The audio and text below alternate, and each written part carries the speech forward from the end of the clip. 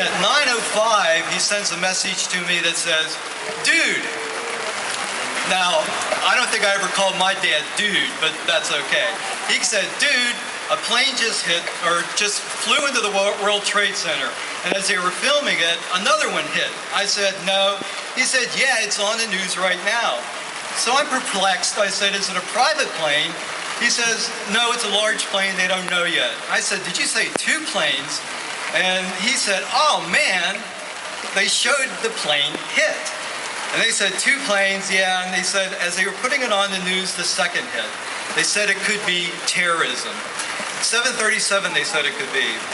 So I say, "Hang on, I'm going to go down to a TV." So I walk down to the E-ring of the Pentagon, I find a TV, look what's going on, make a beeline back to my office. At this point it's about 9:34 in the morning.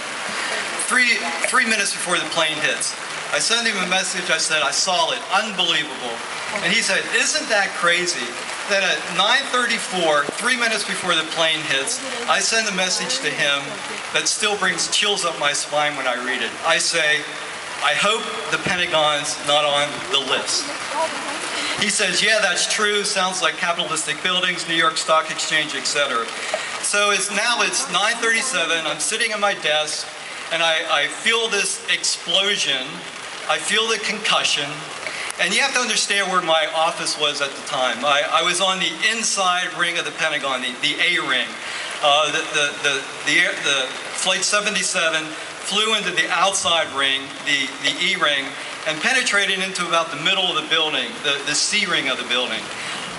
So there was still a lot of concrete between the C ring and where I was on the A ring. So the folks in my office, we just felt the explosion. But I knew something happened.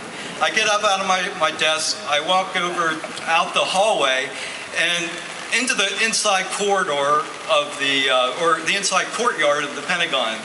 And it's sort of like a 5-acre courtyard. It's like a little park, magnolia trees, picnic tables and things like that. But I look out the west side of the building and this black thick smoke is just billowing up out over the building.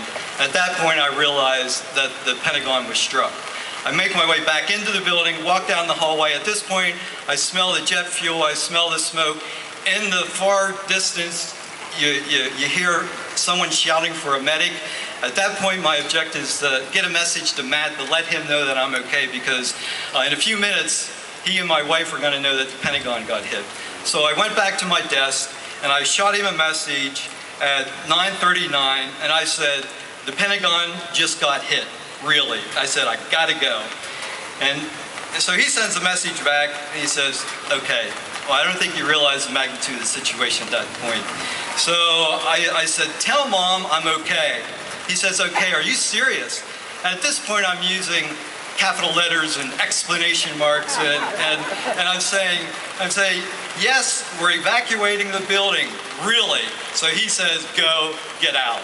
So at that point I evacuate the building. That's okay, I'm fine. So I evacuate the building, and to be honest, it was an orderly evacuation for me, just like a fire drill. I egress out the south side of the building where the metro entrance is, and I'm outside. You can imagine 25,000 people in the Pentagon standing outside all at one time. I want to see what's going on. So I walk around counterclockwise around the building, around the mall entrance, around the river entrance. I walk to the west side of the building, and what I see is just unbelievable. The devastation. Big gaping hole in the building where the airplane entered. The windows blown out. At that point, jet fuel was still burning. Black smoke billowing out of the windows, out of that hole. The Pentagon police force are holding us back at this point, and I'm just standing there, just gawking, trying to wrap my head around this whole event. And all of a sudden, the Pentagon police force runs up to us and said, "Run as fast and far away as the building as you can. Another plane's coming in." Of course, later we know that that's Flight 93 that crashed in Shanksville. So we're running away from the building. At this point, an F-16 is circling around, and it was just so surreal. It was like walking into a Tom Clancy movie. To make a long story short, I make my way home back to Chambersburg, safe and sound, and to be honest, it was God's will that I made it back safe and sound, because I could have been at the wrong place at the wrong time in the Pentagon that day.